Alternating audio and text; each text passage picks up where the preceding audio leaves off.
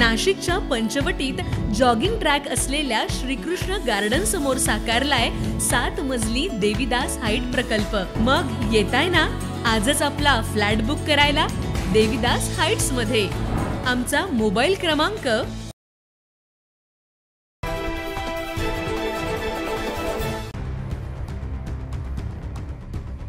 नाशिकच्या पेठ तालुक्यातील राष्ट्रीय महामार्ग क्रमांक 848 वरील सावळ घाट आणि कोटंबी घाटातील रस्त्याची दिवसेंदिवस दयनीय अवस्था बनत असल्याचं पाहायला मिळते। सावळ घाटातील जीवघेण्या वळणांवर मोठमोठे खड्डे पडल्यानं या ठिकाणी अवजड वाहनांची अपघात होण्याची शक्यता नाकारता येत नाही। या खड्डेमय रस्त्यामुळे घाटात वाहतूक वारंवार ठप्प होते। अनेकदा 2-2 दिवस प्रवासी आणि वाहन चालक अडकून बसतात। या दरम्यान कोटंबी घाटातील खड्ड्यात एका लक्झरी वाहनाची 2 चाकं अडकली। या सुदैवानं मोठा अपघात टळला, तर चाचडगाव जवळील टोल नाक्यावर चालकांकडून वसुली मात्र सुरूच आहे। आमच्याकडे पेट्रोलियम आणि मेंटेनन्स डिपार्टमेंट नसल्यामुळे त्याचा त्रास आम्हाला देखील होत असल्याचं टोल प्रशासनाकडून सांगण्यात आलंय।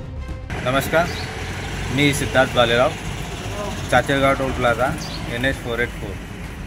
आमच्याकडे कलेक्शन डिपार्टमेंट आहे, पण NHIने आम्हाला प्रॉपरली पेट्रोलियम आणि मेंटेनन्स डिपार्टमेंट अवेलेबल केलेलं नाही आहे।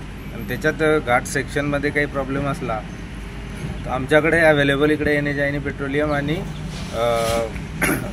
मेंटेनन्स डिपार्टमेंट नसल्यामुळे बराच वाहतुकीची कोळंबी होते। त्याच्यामुळे हा त्रास आम्हाला पण होतो कलेक्शन डिपार्टमेंटला।